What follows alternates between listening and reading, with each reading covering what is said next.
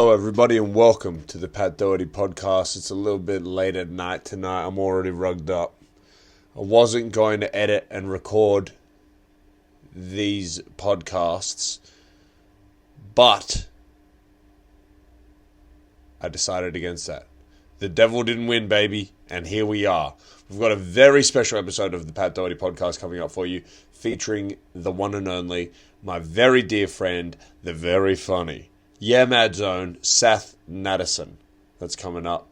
We don't really discuss too much, but we kind of discuss everything. It's a bit of that kind of vibe. Before we kick off, though, I do have a couple of dates that I need to plug. Friday the 27th of June, I'm opening for Billy Darcy at the Comedy Store. Make sure you get tickets.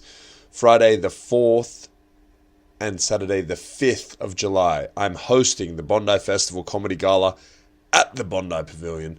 That show will be really fun. It's going to be me hosting and 4 acts each night. So I've handpicked the acts. I've curated the lineups. 2 fantastic evenings of stand-up comedy available for you.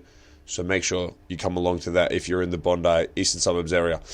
Friday the 11th of July, I'm opening for Frenchie down at the Theatre Royal in Hobart. I do imagine that one's probably already sold out because Frenchie is massive. Wednesday the 23rd of July, I have a show for the Newcastle Comedy Festival. I'm tossing up whether to do my solo show, or alternatively, I'm going to be doing something like a Pat Doherty and Friends, where I might bring up a couple of comedians and we work on some new material. But I will know by the end of this month. So keep an ear out for that, the Newcastle Comedy Festival. Make sure you get a ticket. Regardless, it's going to be a lot of fun. But without any further ado, let's get to our first guest episode with the very funny Sath Nadesan.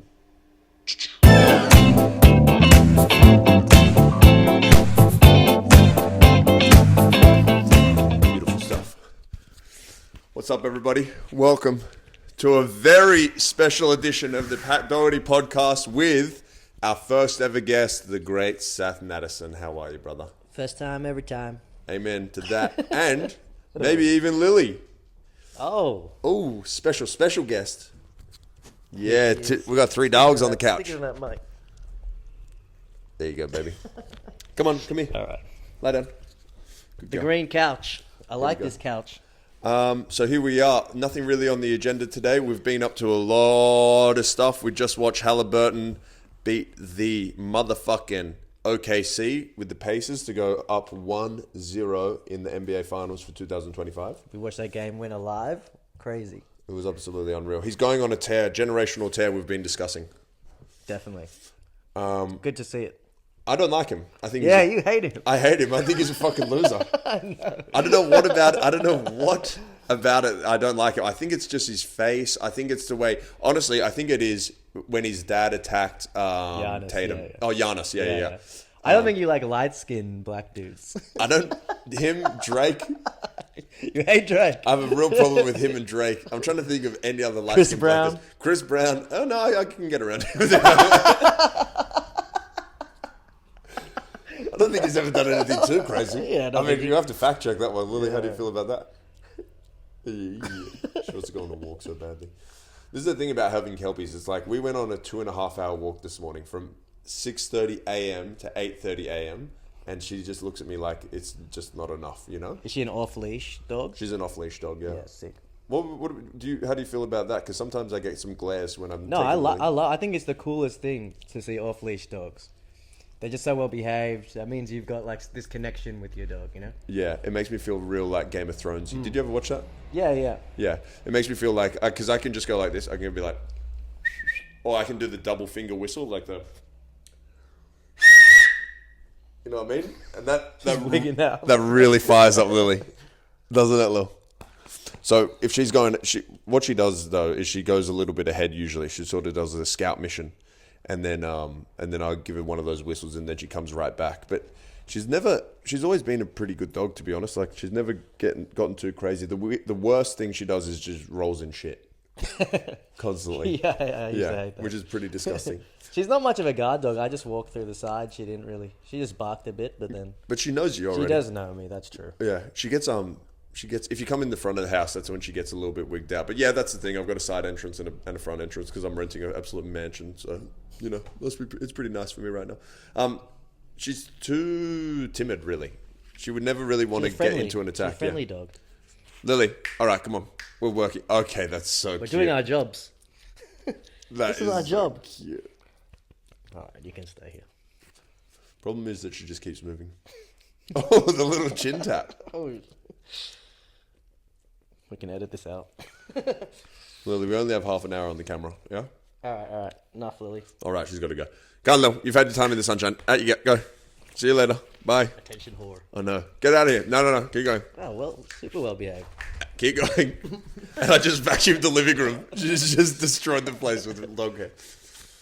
But yeah, so NBA's going on. When did you start watching the NBA? Because you've been a big fan of it for a long time. I think LeBron... Oh, no, actually, it was Allen Iverson got me into the NBA. So I would have been like 8 or 9. Really? Yeah. He was just so cool, you know? He had like the baggy outfit and the chains, and he rapped. There are a few Allen Iverson rap songs, awful songs, but then it was just cool at the time. Is he a bad rap? I've never even heard... What are the songs? I've never even heard it. I couldn't tell you, but he had a few rap songs. So many NBA players have had their rap phase. Like who? Who else? One of the balls? One of the ballers, he had that massive song that came out this year, that whoa. That's huge. Yeah, it was a massive song. Dame rap. He's a good rapper. Oh, then Kyrie Irving put a rap song out this year. Kevin Durant raps. Whoa. You should listen to some of these. They're actually all right. But you can't take them seriously because it's like, you're basketball players. Well, I mean... You're worth million... Like, I don't know. It is good though. You should listen. Is it ghetto-related stuff, or is it more inspirational kind of? Because there was a boxer, I can't remember his name. Will come to Roy me. Jones. Roy Jones, yeah. And that was more like pump up kind of DMX-y kind of vibes. Yeah, that was sick. Yeah. I remember that song. Can't be touched. Can't be touched. Exactly. Yeah. But so are they sort of along those lines, or? Yeah, I guess. Yeah. You can play. Can you play clips of it on here? Like maybe we can. I mean, we could probably get a little clip in here. Yeah. Editor, that's me. From here, we're going to go into a little montage of clips. You need to hire a guy like Jamie. Like pull up Kevin Durant's rap. That'd be unreal. So I think we get a telly on one of these walls over here. Oh yeah. And then we could have somebody do that. That'd be unreal. Connect it to the internet, Yeah, that'd be sick. This is a cool little studio. It's great, isn't it? I like it a lot. The one thing is just so fucking noisy with the buses, but besides that, it's actually all right. It's not so bad in my room, which is funny because the bus stop is right outside my door. But these mics, shout out Benny Mac. Thanks, from Ben. Yeah Mad. Thank you very much. The sound quality has improved astronomically. And people, I've had 2 comments about previous to these microphones, people were like, it's only coming out of one speaker, the sound. Oh, yeah. Just like this one. If they're going for a run, they only have one other, they could just hear nothing. Yeah. But the problem is like, I'm a comedian. I never wanted to learn editing or anything like that. But in the world of comedy now, you've got to fucking... I got into comedy to do live shows, and now we've got to do all the social media stuff. Oh, yeah. Self-marketing. Oh, I hate it. But you got to do it. You do have to do it. But, I mean, look, it's... You're good at it, I feel. I feel like I'm pretty decent at it. I would like to get better at it. I think having a marketing job would actually be fucking sick as fuck. Yeah, for like 6 months, and then you get fucking over it, I reckon. Yeah. I mean, I have really only ever really liked any other job outside of comedy for 6 months maximum, working at a cafe or working at a law firm or working at a tech company or working at wherever. It just gets it's the monotonous thing. Yeah. Whereas with comedy, it's like, okay, I'm going to go to do... It can get a little bit monotonous with the clubs. Like you're doing this club on Monday, this club Tuesday, Wednesday, Thursday, Friday. But then you're going to Newcastle, or then you're doing like some sketch stuff or whatever, So like it keeps you on your toes a little bit more. And with comedy, I feel even if you're doing the same rooms, if you switch up, if you do new jokes, that makes it interesting. If you start to, which I should be doing, as well. I'm the slowest rotation of jokes out of any comedian. I'm trying to base my whole entire career off charisma, and it's going okay so far. It's going all right. To be honest with you, charisma has gotten me a long way, and I really appreciate that, to be honest. But I mean, I need to back it up with some jokes. But we'll do comedy on Tame tonight. We should try. Okay, 2 new bits each, maybe tonight. Tonight? Okay, yeah. I do have a couple. I'll try those new bits I tried at for our show. Yeah. Which is a great segue. Our show. It was fantastic. It was a lot of fun. I've already said to people, thank you very much for coming. It was good. Which show did you like better? Definitely the Sunday. I like the Sunday. Sunday, I feel like, was the perfect show. Yeah, it was. The Saturday was great. Sold out crowd, a lot of our friends, and a lot of international fans. A lot of international fans. A But lot of technical difficulties. Well, that was a problem. Yeah. We had a slideshow, which we've never done. Never. And we didn't really...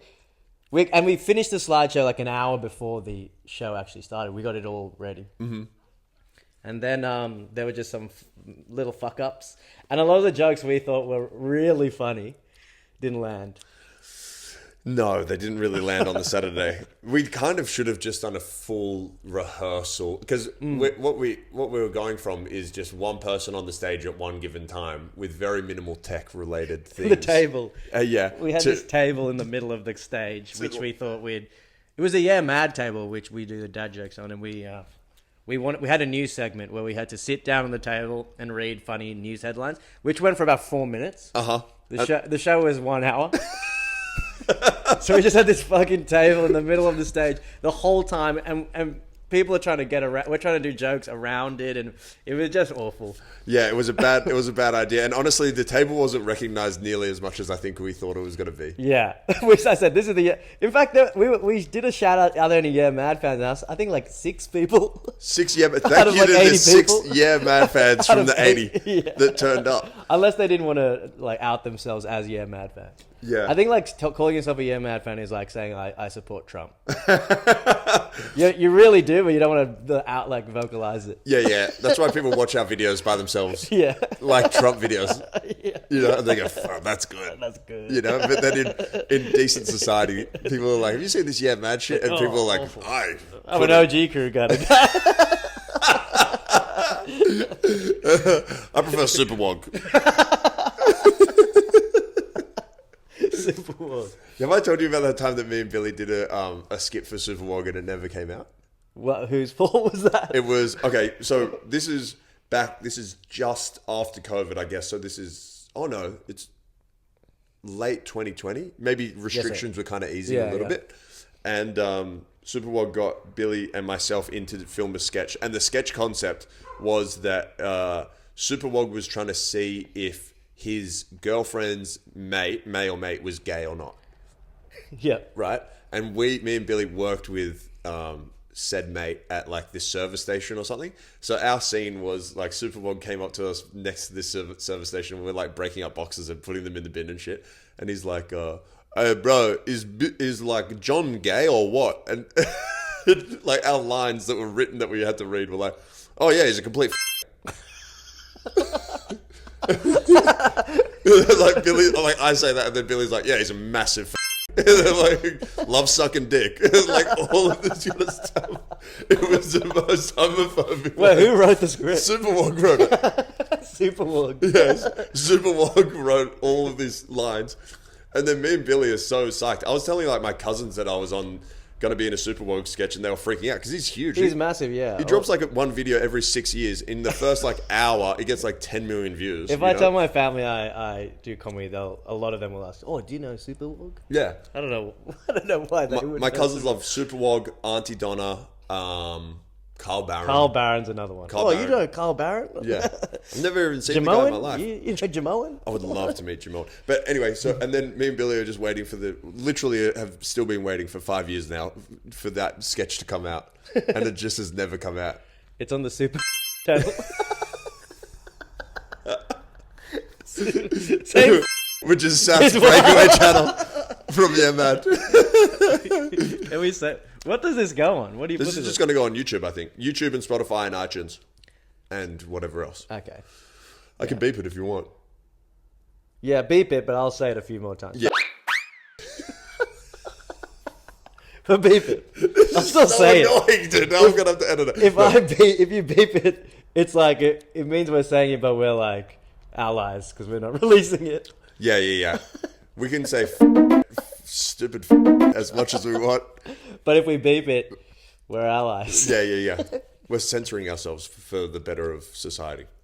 I'm okay with doing that. But I mean, I only say the word because that's literally what was written in the script. And I thought it was like, I was like, You never say it otherwise. I have never said Pat that will only word. say if it's written on a script. He's like Ron Burgundy with the teleprompter. If you put it on there, If it's you put going it to on a piece read of it. paper, he will say the N-word.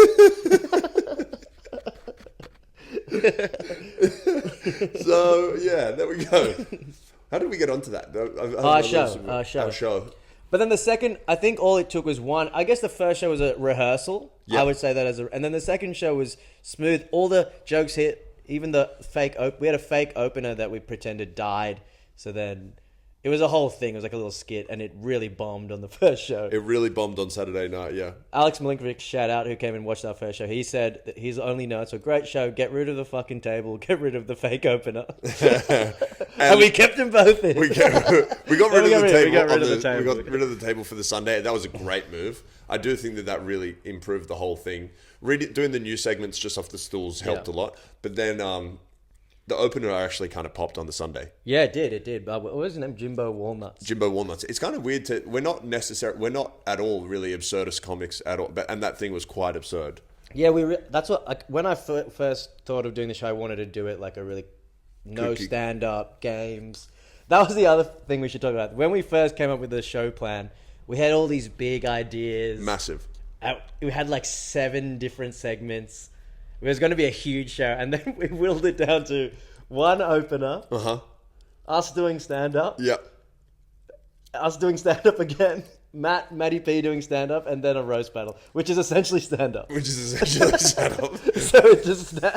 So on and the new segment. Which was also stand-up. Just jokes. Yeah. It's just jokes with a different tone. That's all it is, really.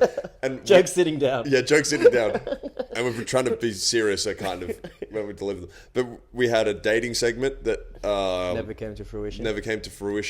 We had charades. We had a period cramp simulated while doing jokes. We never did that. Never did that one. Although I think that's we should do that, I think. I just don't think it would have translated. But anyway. I'm going to ask Ben if we can have the... Dude, saying Ben's name in the stand-up comedy scene is like saying, referring to Voldemort. Yeah, don't say. Like, don't refer to Ben, you know? Whereas it's so funny to think that he's actually just such a nice, sweet dude, and everyone's like, this guy Ben who owns the channel. Mad, yeah. Like, dude, the guy, loves drinking Coca-Cola and smoking ciggies. That's his only 2 vices. Coke and ciggies. That's so true. He's very healthy. Quite a wholesome guy. He's a very wholesome guy. Yeah. And he's obviously massively successful in anything he does. He's got a great fucking, advertising company. And then, I think, dude, imagine if I feel sorry for him for having to put up with us. Big time. And Rory especially. Rory in particular. 110%.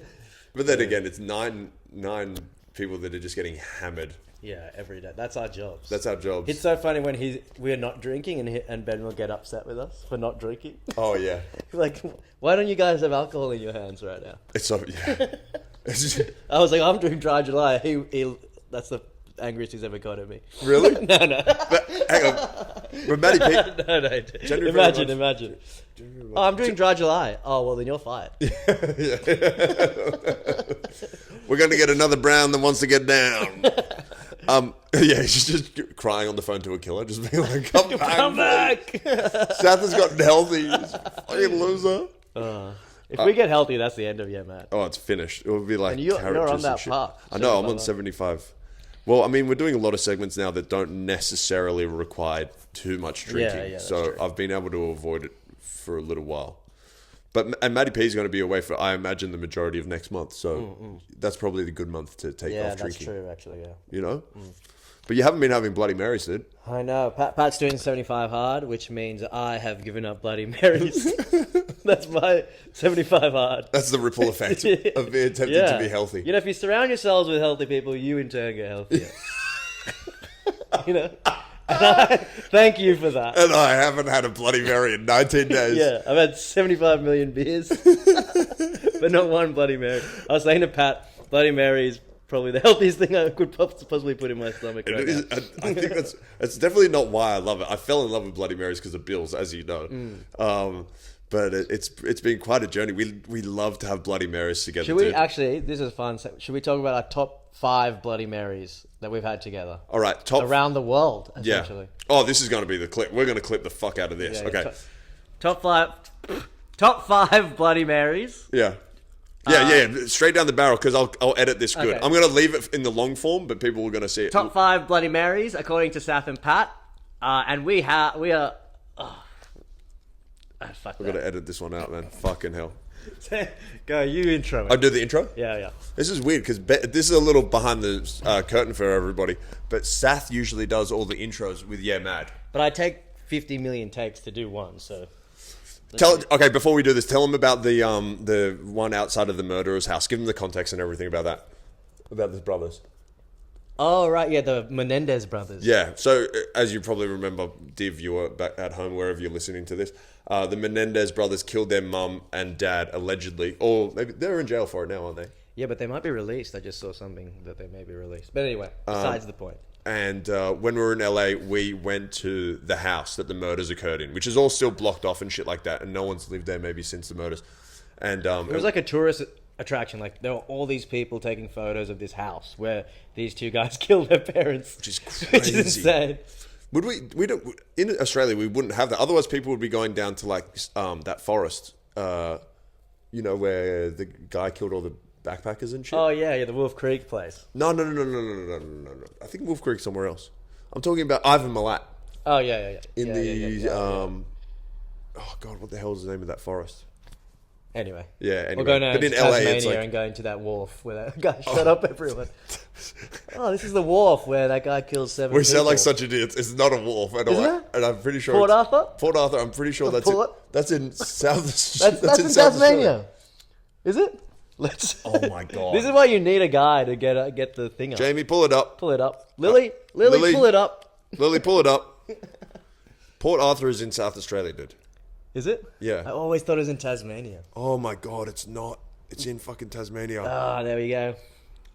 The immigrant knows more about the Port Arthur shootings. Why did I think it was in South Australia? I think it's just because South Australians are... I'm pretty sure it was on a wharf as well. He killed all these people on yeah, because it's a tourist attraction. Like, it's that thing. Yeah. It's That's kind of a wharf. I mean, it's on the water. Yeah. And it was, dude, that area Wharf is talk. just cursed. Wharf talk with Sath and Pat. Yeah. Anyway, whatever. Long story short, we went to the Menendez brothers' house, and then we had to intro a segment. We were going to go to like really dog shit accommodation and really high end accommodation. That was the whole premise of this particular video that may or may not come out on the Patreon. Yeah, maybe it will come out. I don't know. Oh, actually, it probably will. It probably will. And then so Sath hit him with the intro. This is the intro in front of the house. In front of the house, in front of a whole lot of random tourists. And we're being filmed. The whole Yamag crew is behind me. And I go, we're outside the Menendez brothers' place where they off their parents. Anyway, we're going to go and check out some hostels around the area. It was just so out of context. It's like, what the fuck are we doing? But 2 weeks into this trip, I was like, God damn it, man. The ideas are getting crazier and crazier. We had no plan on that trip. That's the other thing. You're just kind of figuring it out as we go. But that's when we went to the Crip infested southern part of LA. Yeah. Near Compton or whatever. We went into that. The Crips? Yeah. Is it the Crips? One of them. Bloods. One of them. Yeah. All right. Anyway, let's do the Bloody Marys. Okay. Top 5 Bloody Marys as seen from around the world. Yeah. It's close. Let me hit one. One. Let's do it until we get the best one. This is Pat, and it's trickier than you think. Yeah, okay, if you fuck up, it goes to the next Yeah, okay, one. go. I'm Pat, and that's... All right. I'm Pat, that's Sath, and these are the best Bloody Marys we've ever had. Coming in number 5. I'm going to go with Top Golf in Top LA. Golf. In Vegas. In Vegas, was it? Yeah, Top Golf, Vegas. Random, but it was one of the better Bloody Marys I've ever had. Golf and Bloody Marys is a good combination. Yeah. I know that you really like that one. Okay, number 4 for me would be the one that we had at that dive bar on Hollywood Boulevard. And I think the price Just came... before we left? Before we left, yeah. Yeah. Just because we had probably about 6 of them. They weren't necessarily the best, but the whole atmosphere of the whole experience, which you have to take into account, Yeah, definitely. was massive. So And the price was like 3 for 1. it was... It was 3 for 1. 3 for 1, which is a drink deal that we need to embrace in Australia, by the way. 3 drinks for the price of 1 in LA. And they're big. They're huge. Big servings, like 3 shots in 1. And I feel like they were kind of the same prices here, It was like 2 drinks for like $12 or something, which is 24. Yeah. But you get 1 Bloody Mary here for 24. Anyway, so that's number 4. Number 3, I'll have to go the Szechuan Mary. We had it at LA Airport, LAX. LAX, yeah. Yeah, they're all in America, weirdly. Okay, number 2 is the Bloody Mary that you find at the Courthouse Hotel in Newtown. Now, you can either go the Bloody Mary, you can go the Bloody Caesar. One is based with the tequila, one is based with the vodka. What you want to do is get one of those drinks and hit the courtyard, sit in the sunshine, and all of your problems evaporate. Hit them with the number 1. And I think we both agree on this. This is easily the number 1 Bloody Mary. Easily the best Bloody Mary anyone could ever have. Bill's Bondi. The Bondi one, not the Surrey Hills one. Don't go to the Surrey Hills one. Bill's Bondi has the best Bloody Mary you can. It's the Clamato juice, in my opinion. It's the Clamato juice. It's and the Korean the spices. and the... We got none. I mean, yeah. The waitress is trans. She's absolutely fantastic. Yeah. And a certain ex-girlfriend of mine used to get very annoyed at the attention that person would give me. Which, honestly... That person. Yeah, that beautiful woman would give me. I don't know. I'm trying to... Really might have to beep a lot of this.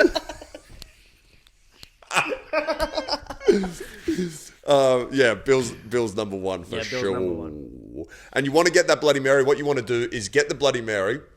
It comes with cilantro. What do we call that? We call that something else in Australia. Coriander and...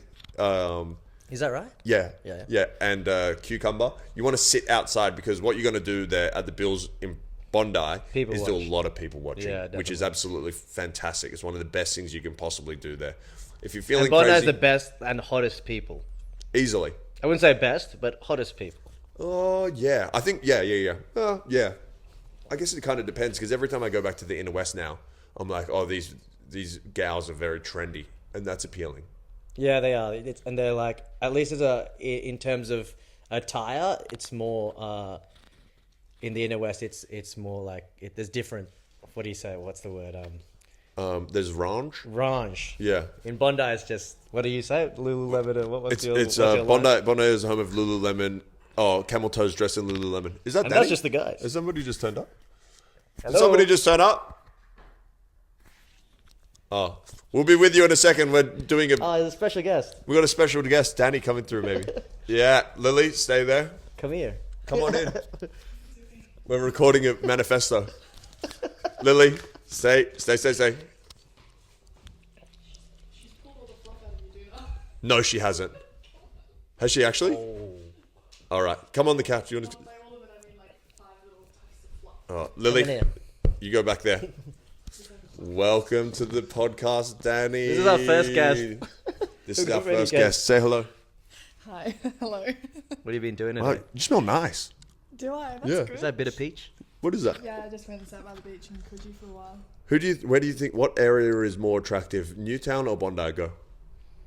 As a Melbourne girl, I have to say Newtown. Because of the style. Yeah, it's just got a little more going on. Like Bondi is great with the beach, but you got to take the people out of it.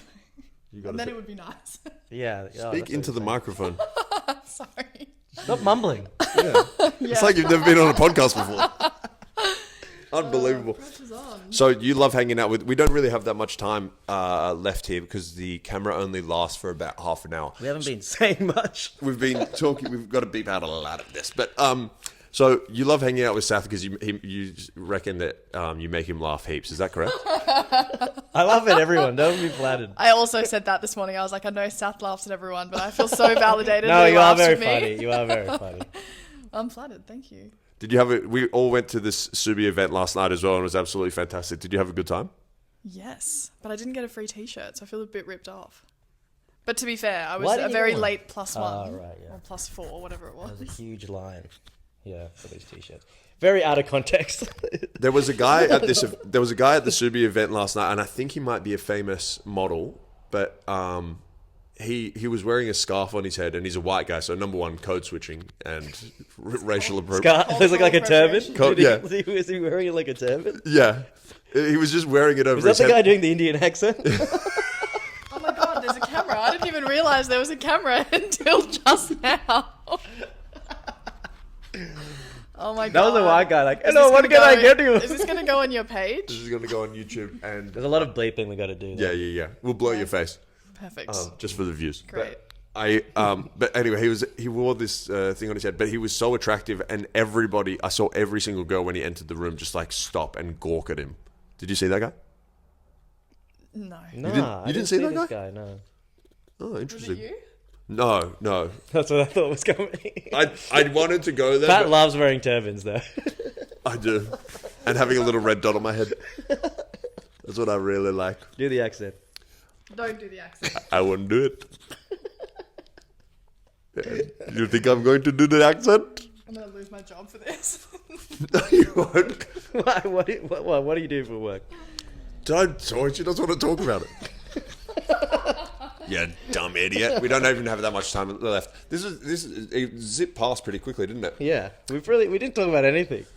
We talked about our show. We talked about Bloody Marys. We talked about being on Yeah Mad. We talked about going to the event last night. Special guest Dani. Special guest Lily. Wow, what We a actually did cover- jam-packed pod. Yeah. Yeah. I mean, do you guys have anything else you want to... Do you want anything to plug, Danny? Yeah, you got anything to plug? What's that? Like advertise? Like butt plug. Okay, I'm going to take the lead on this one. Thank you very much for listening to my first ever episode with guests, Dani Zita and Sath Nadesan. Until next week, see you later. Bye. We did it!